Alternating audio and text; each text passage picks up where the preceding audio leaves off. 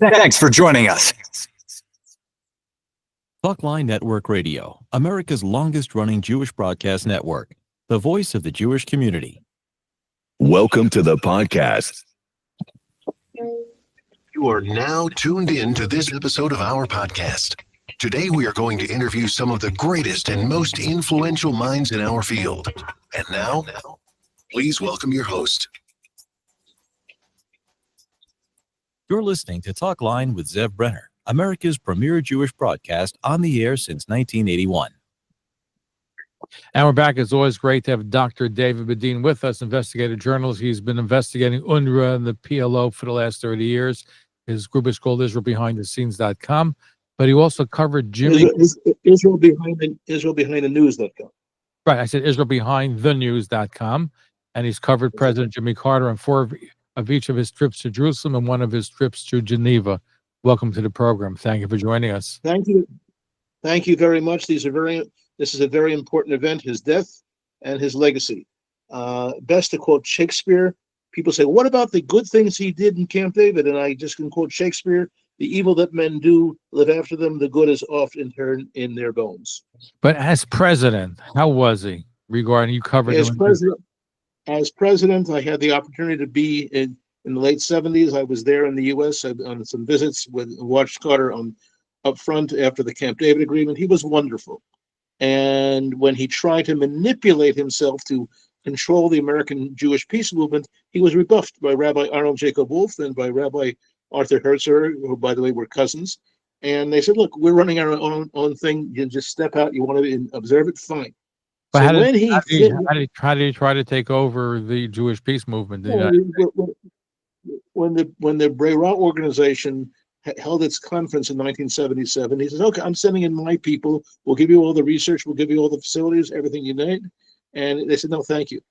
And that's what happened. Rabbi Arnold Jacob Wolf explained to me that's why he disbanded Brera. He didn't want to be controlled by the American government. But he made an effort, and I discussed this with President Carter when he visited Israel. And he affirmed what his attempt to take over and to the peace movement in America, and he was rebuffed.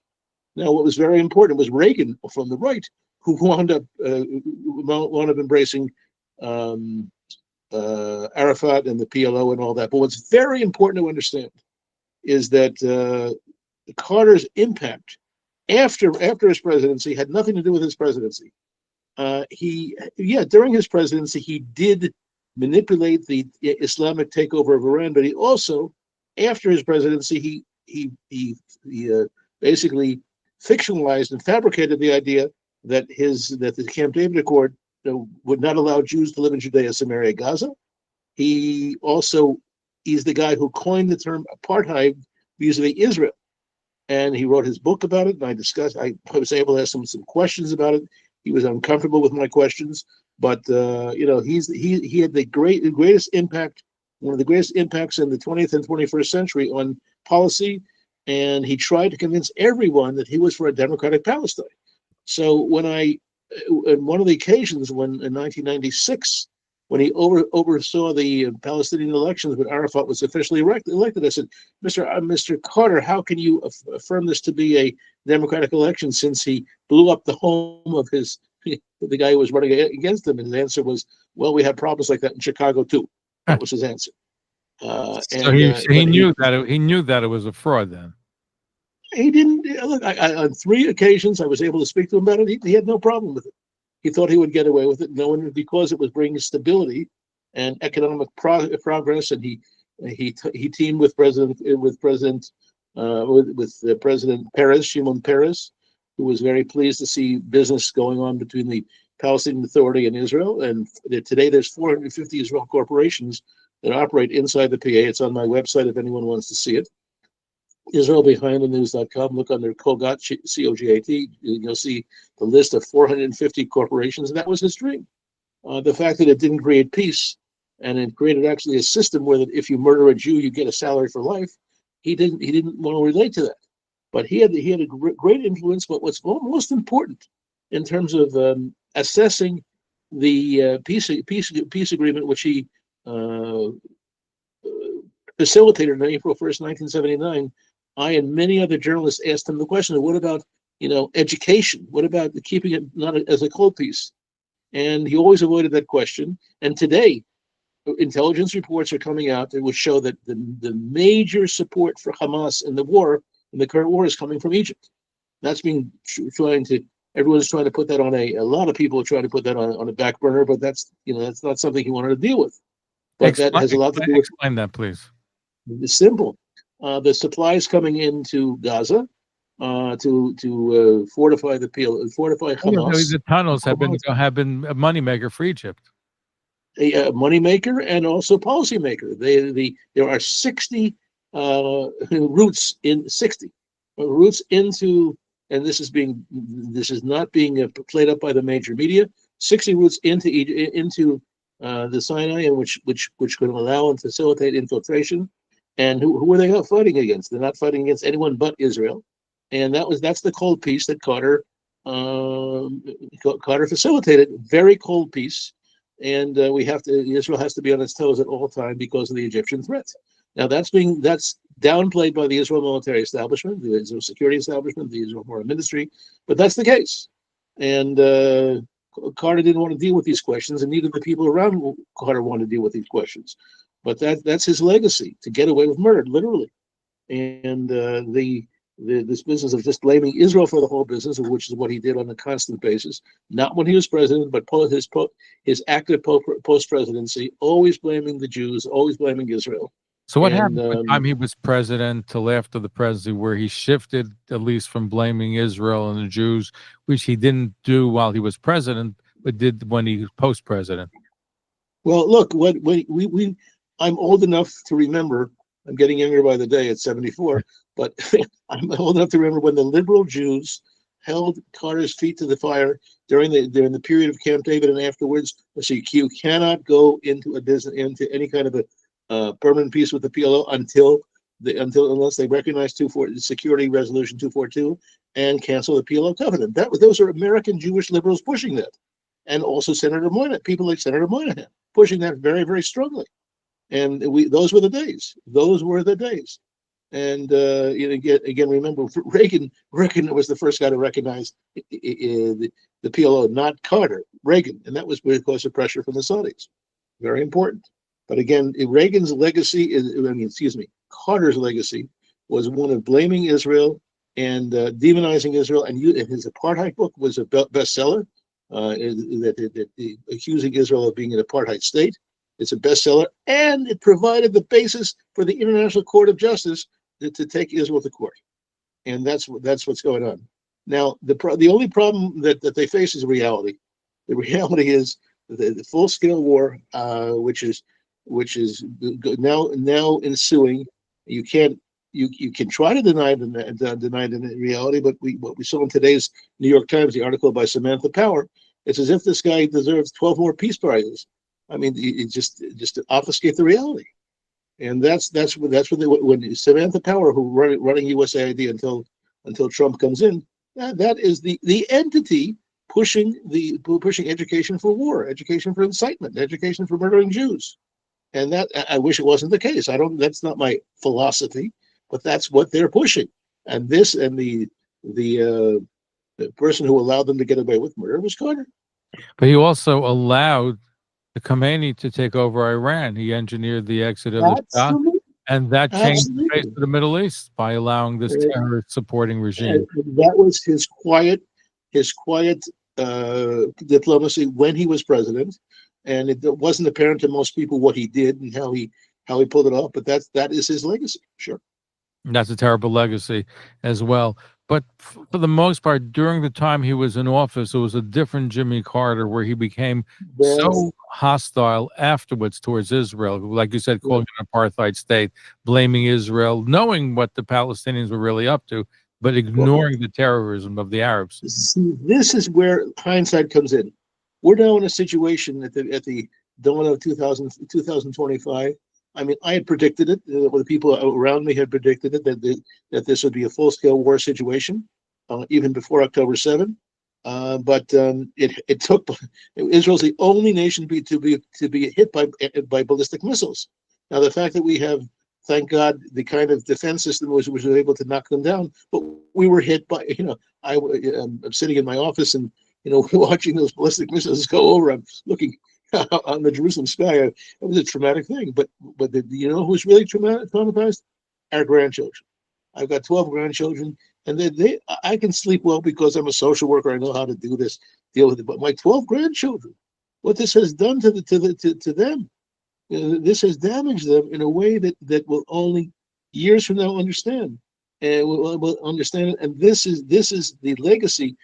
Everyone said, "Oh, Iran, it's not going to be so bad. It's just talk." And well, it's not talk. And they are also together with the Houthim from Yemen. And there's a whole world that wants to deny that Israel is in a permanent state of war with the Arab League. And when I asked high school kids in Israel about the Arab League, they said, "Oh, what are they playing?" They thought it was a football team. I mean, we have denying reality. But Carter was the man with his finger on the pulse of how to try to get this to be forgotten. The fact that they're at war with Israel, and we'll see now the test will come under Trump. Whether Trump will be influenced by his business with Saudi Arabia or not, we don't know. But we do know one thing, that the warnings about Iran were real, and Jimmy Carter ignored them. And as he's being buried, and the situation with Iran has really become more lethal and more serious than ever before. Our guest is Dr. David Bedein, investigative journalist. His biggest work has been at UNRWA and the PLO for the last 30 years. His website is IsraelBehindTheNews.com. He covered Jimmy Carter on 4 of each of his trips to Jerusalem and 1 of his visits to Geneva. I did want to play a recording where Jimmy Carter met with Sephardic Chief Rabbi Ovadia Yosef, dealing with Gilad Shalit. It's interesting to hear how he is, and again how the change has come about since he came out of office.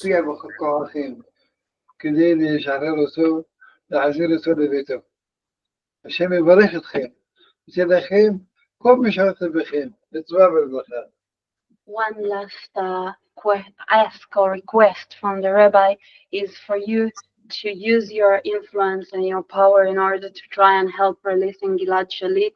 And he says that in Judaism, when someone is doing something good, the worth of what he's done is actually influencing the other. So he wishes you to use the good you are doing in order to help release Gilad Shalit from his prison.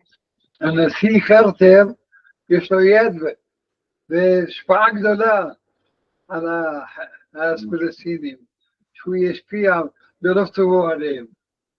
ישחרר את שליט. President Carter, you have such an influence in the Palestinian people. Please use your influence in order to release Gilad Shalit. תודה Thank you Very much. Well, when I've been here on my previous visits, I've always met with the Shalit family.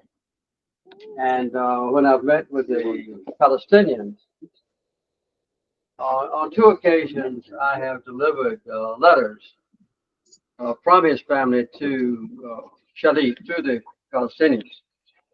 And about a year ago, after I met with the leader of your party, I also induced the Palestinian leaders in Gaza to permit Shalit to write a letter to his family.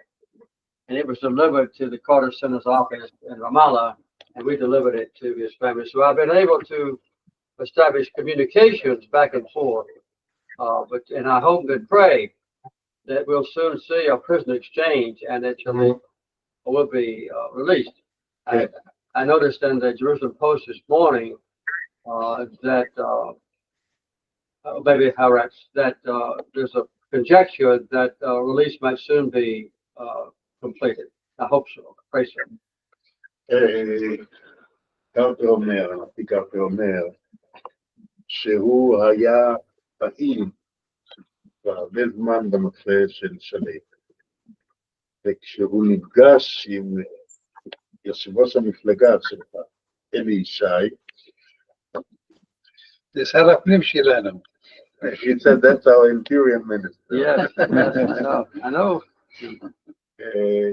הוא דאג לזה שיעבירו מכתבים של המשפחה לשליט פעמיים, וגם שהם יחזירו מכתב. הוא דאג אחרי כמה זמן הגיע מכתב לשליט, וזה היה אות החיים הראשון שלו. והוא אומר שהוא מתפלל, קרא בעיתון היום שהמשא ומתן מתקדם, הוא מתפלל שהדבר הזה יוגשם במהרה. תגידו, אנחנו לא שוכחים מה שהוא עשה, ומודים לו מאוד על המאמצים שלו, ועוד ימשיך במאמצים כדי לשחרר אותו, להביא אותו הביתה.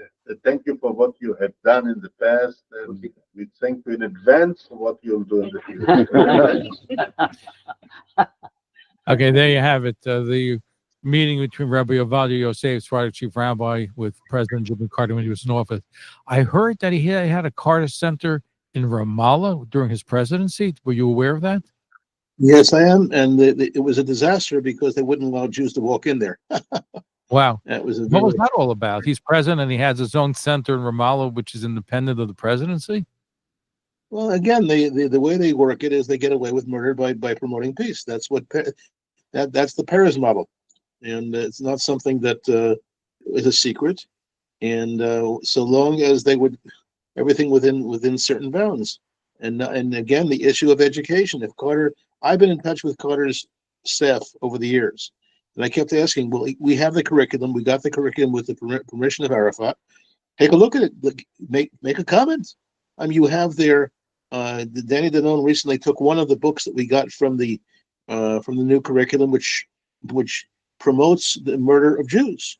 A woman who murdered 38 Jews, and it's the most important book in amongst the school books. I've asked each of the peace groups and each of the peace institutions, how about asking and demanding a change in their curriculum, and in getting nowhere. And I asked that directly of people connected to Carter, and they got nowhere. So what are we talking about here? It's amazing. And how is his death viewed in Israel? What's been the coverage like? Well, first things first, you've got to understand something. We're in a war here, and everything is downplayed. Everything to the war, and there's not in my 37 years in journalism, it was always easy to gauge Israel public opinion, and you're asking a normal question: how are things being accepted? It's not like that anymore. We've had 14 months of full-scale war, and the war is getting worse, especially with the attacks coming in from Yemen.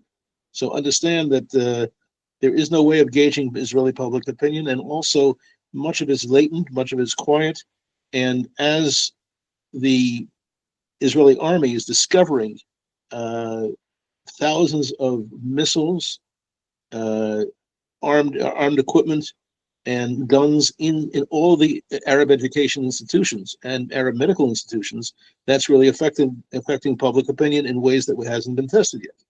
So and the jury is out, because all the assurances that were given have been proven to be incorrect. Assurances from the Israeli intelligence community, especially.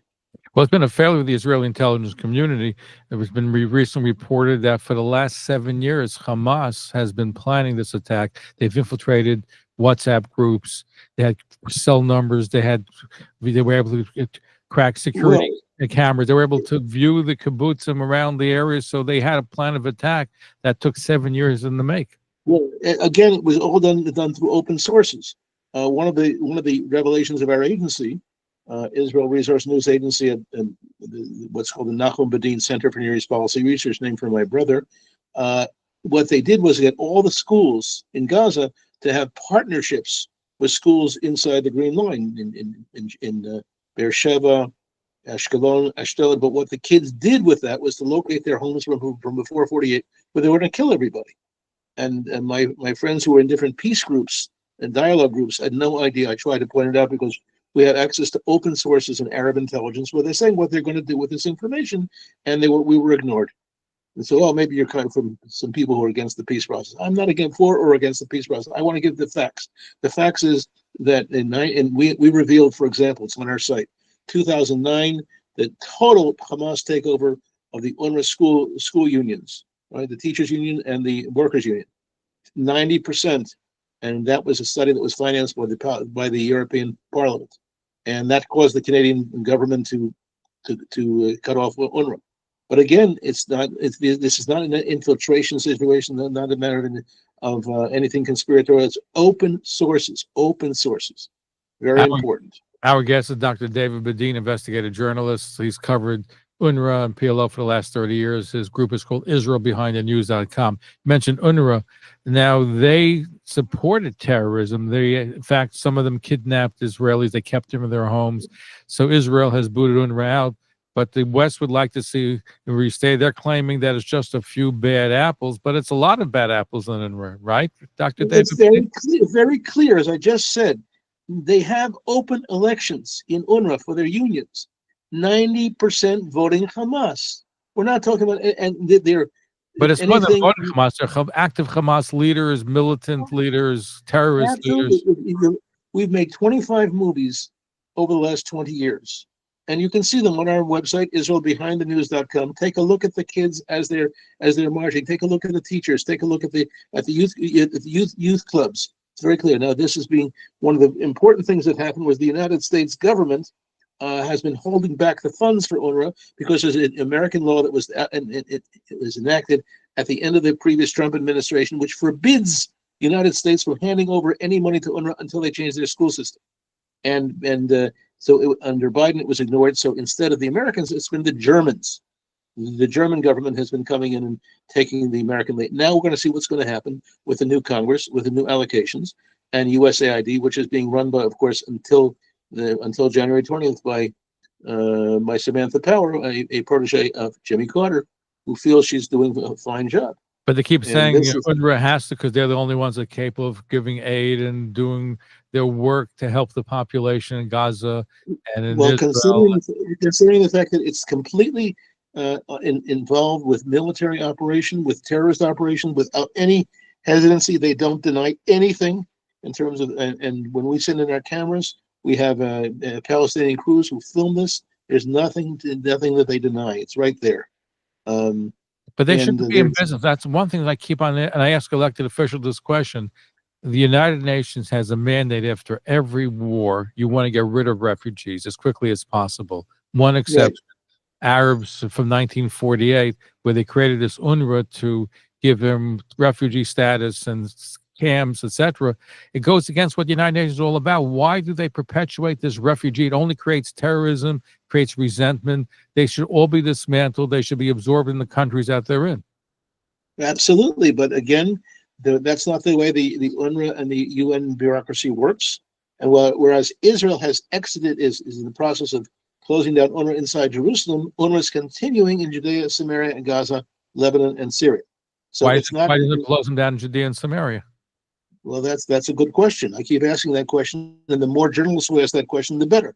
Keep asking those questions, and you might get some answers. Very important. We have a new foreign minister and a new defense minister, and they're ready to. But journalists in my field are not asking questions. They say, "Oh, it says that they're getting rid of UNRWA." Excuse me, it's continuing. And if you have any doubts, just go visit. There's 58 refugees. There's one refugee camp inside Jerusalem, Shuafat. That may be closing down. The other 58 are continuing. And what we need are Judea and Samaria. In Judea, Samaria, Gaza, Lebanon, and Syria. Now, Lebanon and Syria. How many in Judea and Samaria itself? About 32. 32. That's a lot. It should be closed down. And again, forget about the word closing it down. Let's talk about supervision. I have a 5-point plan on my site, IsraelBehindTheNews.com. You can see what we can do. You can oversee the school system, oversee the aid coming in, and see how much aid is just not accounted for. We're talking about a $1.6 billion budget. Now, when I began this project, there was you'll hold on to your seats. The 20 years ago, the budget was $300 million, $1.6 billion, most of it unaccounted for, most of it in cash. And cash leads to, as you can imagine, a lot of crime. I want to thank you, Dr. David Bedein, investigative journalist. What we need are active journalists to ask questions. And that's what we do. Love asking questions. Keep asking questions. Thank you, Dr. David Bedein, investigative journalist. Is among the topics he keeps covering and uncovering is UNRWA and the PLO for the last 30 years. IsraelBehindTheScenes.com, is the group. Israel Behind the News. Israelbehindthenews.com. That's the scene. You should maybe incorporate that too. It slips off my tongue. Israelbehindthenews.com. Thank you for joining us.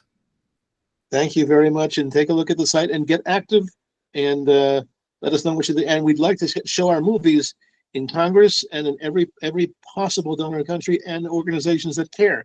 They don't have to be right or left, religious or not religious. They're just going to let my people know. And let my people know. Thank you for tuning in to Talkline with Zev Brenner, America's premier Jewish broadcast, the pulse beat of the Jewish community. For continuous Jewish programs, TalklineNetwork.com, or our 24-hour-a-day listen line at 641-741-0389. For past shows, you can find us on iTunes, Spotify, Amazon, YouTube, Instagram, and all major podcast platforms, or jewishpodcast.org. Thanks for listening to the TalklineNetwork.com. Follow us on Facebook, Twitter, and Instagram. Terrific. Thank you. It's already on YouTube and we'll run on the air tonight. Fantastic. I'm trying to get support for my work so we can put